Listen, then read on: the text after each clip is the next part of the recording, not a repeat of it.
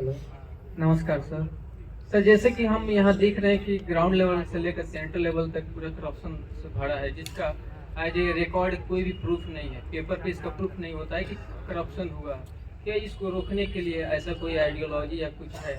क्योंकि पब्लिक के पास कोई ऑप्शन नहीं दिख रहा है, क्योंकि आज ये रिकॉर्ड कोई प्रूफ नहीं है। जैसे कि पब्लिक देखिए, हर चीज के ना पहले बिहार बैठ जाइए, हर चीज के आदमी ना सोल्यूशन चाहता है। 2020 के जमाना बा, हर चीज का सोल्यूशन चाहिए एक लाइन में। भैया बिहार में भ्रष्टाचार कैसे खत्म हो? कोई नेता आई कह दी कि हम आई ना तो सुधार दे, और वो मान लेनी वोट दे देनी, 5 वर्ष सगाई फिर आई। अगर भ्रष्टाचार को खत्म करना है तो आप दुनिया भर में अध्ययन करके देख लीजिए कि जिन देशों में भ्रष्टाचार को कम किया गया है वहां पर इस काम को कैसे किया गया है। कोई प्रशांत किशोर और मोदी जी, नीतीश कुमार ने कौन कहले? दुनिया में भ्रष्टाचार के इंडेक्स पे भारत सबसे करप्ट देशों में है। जो सबसे ईमानदार देश हैं, फिनलैंड, स्वीडन, डेनमार्क, वहां जाकर देखिए कि वहां भ्रष्टाचार को कैसे कम किया गया है। भ्रष्टाचार कम करने के 4 उपाय हैं। पहला, सही जनप्रतिनिधियों का चुनाव हो। आप चोर को चुनिएगा, आप तिजोरी का चाबी दे दीजिएगा तो चोरी न करेगा। दूसरी बात, संसाधन और सत्ता का विकेंद्रीकरण। सारा निर्णय, सारा संसाधन जो है वो पटना में सेक्रेटेरिएट में बैठ के मुख्यमंत्री कार्यालय से अगर डिसीजन लिया जाएगा तो स्वाभाविक तौर पर वहां पर चोरी ज्यादा होगी। तीसरी बात, जन भागीदारी। जनता को पता ही नहीं है कि आपके ग्राम के लिए, आपके गांव के लिए कौन सा स्कीम है, कितना पैसा आया है, सड़क आरईओ का है कि पंचायती राज का है। तो सड़क टूटल बा तो मुखिया जी को आदरण की ग्रामीण कार्य वाला है, ग्रामीण कार्य वाला कह दिया कि पंचायत वाला है। और चौथा, टेक्नोलॉजी का प्रयोग, तकनीक का प्रयोग। नल जल योजना लागल बा हर जगह, और आप समझ रहे हैं कि इसमें बड़ा भ्रष्टाचार हुआ है। एक नल जल बनाने में 20 लाख रुपए खर्च हुआ है। अगर सरकार ने बनाते समय 50,000 रुपया और खर्चा किया होता तो जैसे रवा घर में स्मार्ट मीटर लागल बा बिजली खाती, वैसे ही उसमें सिस्टम लगा दिया गया होता। पटना में बैठे बैठे आपको खबर होता कि कितने बजे मोटर चालू हुआ, कितना पानी डिस्चार्ज हुआ, कितना बजे मोटर ऑफ हुआ। इन चारों चीज को अगर आप करेंगे, बिहार में अगर भ्रष्टाचार कम करना है तो सबसे पहले स्वच्छ लोगों को, सही छवि वाले लोगों को, ईमानदार लोगों को आपको चुन के लाना पड़ेगा। खाली विधायक नहीं, मुखिया, सरपंच भी, वार्ड सदस्य भी, सही लोगों का चुनाव कीजिए। दूसरा, सत्ता का विकेंद्रीकरण। पंचायती राज की परिकल्पना में यह बात बताई गई है कि 30% राशि विकास की खर्च होनी चाहिए पंचायती राज के माध्यम से। बिहार में 2001 से सिर्फ 4% राशि खर्च हो रही है पंचायती राज से। अब बहुत आदमी जब बैठल कही कि मुखिया जी लोग भी तो उतने चोरी करते हैं, जैसे भ्रष्टाचार कम कैसे हुई? बात तो ठीक बा। देखिए, मुखिया जी लोग अगर चोरी करो जा तो 5 वर्ष में चुनाव में उनकर कहानियों लागता।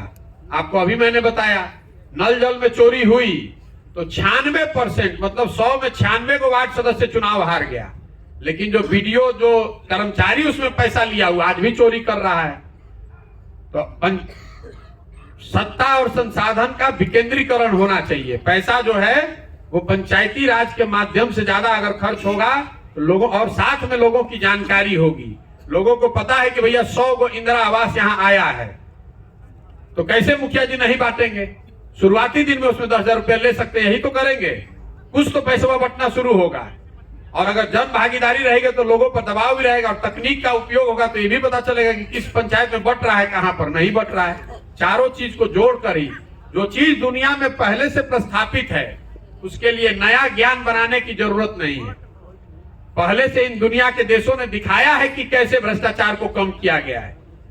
चालाक आदमी वो है कि जो चीज पहले से बना हुआ है उसी को यहां पर कोशिश कीजिए कि लागू हो जाए। ज्यादातर आदमी को एक, हम बहुत ज्ञानी बानी, हम आपन मॉडल बनाई तो हमरा से पहले जो 500 बरस आदमी काम किया सब बेवकूफ था। देख नहीं रहे शराबबंदी में क्या हालत है। हमसे पूछता आदमी शराबबंदी पे आपका क्या स्टांस है? हम आपको रोज कह रहे हैं पहले दिन से कि शराबबंदी फालतू चीज है, इसको हटाइए तुरंत। और इसके लिए हमको ये नहीं आंकड़ा देखना है कि बिहार में शराबबंदी के लेके क्या होता, तो अलग बात बा। भाई आपको कॉमन सेंस से समझना चाहिए कि शराबबंदी करके अगर किसी समाज का, राज्य का, देश का फायदा होता तो दुनिया में 170 गो देश है, वो सब पागल है, वो नहीं लागू कर देता शराबबंदी। आप तो सबसे गरीब राज्य हैं, बहुत राज्य में शराब के पैसा की जरूरत नहीं है, इतना पैसा है, नॉर्वे में नहीं लागू हो जाता ही। वहां के सरकारों ने क्यों नहीं शराबबंदी लागू किया है? क्योंकि इस बात का कहीं कोई प्रमाण नहीं है कि शराबबंदी के जरिए आप सामाजिक, राजनीतिक, आर्थिक विकास कर सकते हैं। तो बिहार में आप दशा देख रहे हैं क्या हुआ शराबबंदी का। 20,000 करोड़ रुपया के सरकार का होता नुकसान, और घरे घरे होता होम डिलीवरी। नीतीश कुमार का शराबबंदी का मॉडल है जिसमें शराब का दुकान बंद, होम डिलीवरी चालू। 20,000 करोड़ का नुकसान हो रहा है अलग। डीजल पेट्रोल को 8 रुपए 10 रुपए लीटर आप दे रहे हैं ज्यादा यूपी के मुकाबले। आज जिस महिला सशक्तिकरण के नाम पर इसको लागू किया गया है, वो महिला ही सबसे ज्यादा प्रताड़ित है। कोई घर में गरीब आदमी का पकड़ा गया शराबबंदी के नाम पर, तो महिला थाना में वकील के पीछे दौड़ रही है। लेकिन नीतीश कुमार का जिद है कि नहीं, हमको रखना ही है इसको, तो पैसा बाहर जाता है। जो चीज का, इसीलिए मैं आपको बता रहा हूं, जिस चीज का प्रमाण कहीं न हो उस चीज को एक्सपेरिमेंट करने की जरूरत नहीं है। प्रमाण यह है दुनिया भर में कि बच्चों के पढ़ने की अगर बेहतर व्यवस्था बनाइएगा तो 10 साल 15 साल में समाज को उसका बहुत बड़ा फायदा होगा। यहाँ पर बच्चों को अनपढ़ बना दिया गया 2 पीढ़ी को, तो उसका नुकसान आप देख रहे हैं। चारों ओर आपको मजदूरी दिख रहा है, मजदूरी दिख रहा है। पूछिए।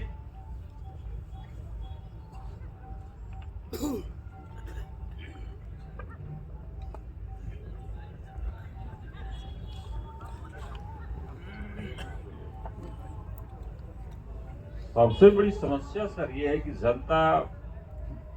जनता खुद चाहती है कि जो जनप्रतिनिधि है हमारे बीच से वो अच्छा होकर के आए। कोई भी जनता खराब जनप्रतिनिधि को नहीं चुनना चाहती। लेकिन दिक्कत है कि हमारे पास कोई ज्यादा विकल्प नहीं।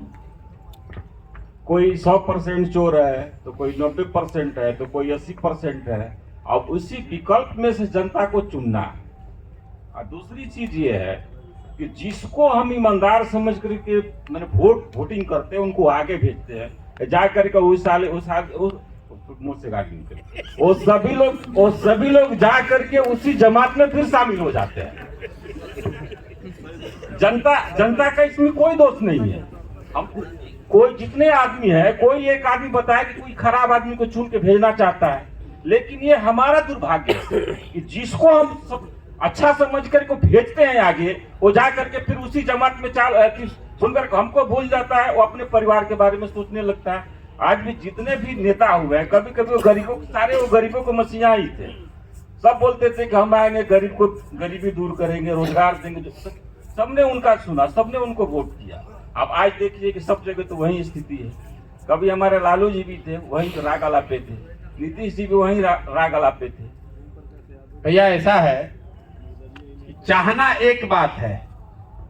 आप चाहते हैं कि आप आईएएस बन जाएं, लेकिन अगर आपके चाहने से आप आईएएस बनना होता आपको, तो सब आदमी आईएएस बन जाता। चाहने के बाद आपको पढ़ना भी पड़ेगा, आपको सही सब्जेक्ट का चुनाव भी करना पड़ेगा, जरूरत पड़े तो कोचिंग ट्यूशन भी करना पड़ेगा, और फिर परीक्षा में जाकर लिखना भी पड़ेगा। आपने कहा कि बिहार में चाहता सब है, हम भी तो वही कह रहे, चाहत सब बात, सुधर जाओ, लेकिन वोटवा जाके दीजिएगा जात। तो आप जो बनना चाहते हैं आईएएस, और दिन भर दारू पीकर सोए रहिएगा, तो आईएएस बन जाइएगा। आप कह रहे हैं कि कोई किसने, कब लालू जी, हम भी तो यही राजनीति देखने वाले लोग हैं, कब लालू जी ने कोई ऐसा प्लान बताया है कि हम रोजगार दे देंगे? बताया है कभी प्लान? अरे भाई सुनिए ना, अरे सुनिए ना भाई, एक बार ना मोदी जी ने आकर कहा 2014 में मोतिहारी चीनी मिल में कि इसी चीनी मिल को चालू करा के जब इसके चीनी से चाय पिएंगे तो चाय पिए तब आएंगे वापस वोट मांगने। अब वो चीनी मिल का जमीन एक धूर भाजपा का वहां एमपी एमएलए आपस में लूट लिया। गलती उसमें नहीं है, वहां तक आपकी बात ठीक है। लेकिन 2019 में जब फिर मोदी जी आए, आपको याद था ये बात, तब तो आप पुलवामा पर वोट किए, जो आप तो चाय भुला गए। आप कह रहे हैं कि सब आपको मूर्ख बनाया। आपने जो हमने बात कहा उसको आपने समझा ही नहीं। अगर मोदी जी या कोई नेता या प्रशांत किशोर आपको मूर्ख बना रहे थे, एक बार ना मूर्ख बनाएंगे, लेकिन आप अगर हमको 3 बार चुन कर ला रहे हैं तो गलती आप में है कि हम में है? लालू जी अगर पहली बार जीत कर आए होते तो हम मान लेते आपकी बात को। लालू जी तो 30 वर्ष से जीत के आ रहे हैं भाई। हम पैदल चलो तन आदमी 100 को शिकायत करता, पूछा था नहीं एमएलए कई बार से जीतता, अब ये चौथा बार। अरे भाई दोनों बात कैसे होता है? तो एमएलए के गरियाओ तो बड़ा 4 वर्ष एमएलए जीतो बड़ा, दोनों बात कैसे हो रहा है? और कह रहे कि हम ठगाइयो रहे हैं। विकल्प बनाइए। अरे तो विकल्प क्यों नहीं बना रहे हैं? आगे जाके फिर आप गलत बात कर रहे हैं। आप किसको चुने हैं? किसको ईमानदारी पर चुने? हम आपको तो ओपन चुनौती दिए हैं। आप कब अपने आप समझदार अपने को बताते हैं? हम लोग सब समझदारी अपने को बता रहे हैं। आप बताइए ना खड़े होकर कि हम शिक्षा पर वोट करते हैं। वोट तो छोड़ दी, पूरे बिहार में शिक्षा व्यवस्था ध्वस्त है, सबको मालूम है। आप हमको एगो पेपर कटिंग दिखा दीजिए कि इस गांव में 10 लोग स्कूल पर जाकर धरना पर बैठा था कि जब तक पढ़ाई नहीं होगा तब तक हम लोग नहीं उठेंगे। कहीं सुने हैं? उसके लिए तो नेता नहीं ठगने आ रहा है। हम आज चॉकलेट बांटने चले जाइए गांव में, सर 1000 आदमी गिर जाइए लोग पर। और और लड़का जब पढ़ाई नहीं हो तो वह जाके स्कूल में नहीं देखत कि जब पढ़ाई काहे नहीं हो। तो जब आपका अपना कैरेक्टर खराब है, आपका अपना चरित्र ठीक नहीं है, तो नेता तो आप ही हम में से न निकल के गया है। नेता को मंगल ग्रह से नहीं ना आया है। वही बात हो गया कि 500 रुपया ले ली मुखिया जी से, फिर कहता नहीं कि मुखिया जाके चोर हो गया। 500 रुपया लीजिएगा तो मुखिया चोरी नहीं करेगा तो क्या करेगा? चलिए भैया खत्म करते हैं इसको। बहुत बहुत धन्यवाद आप सबों का।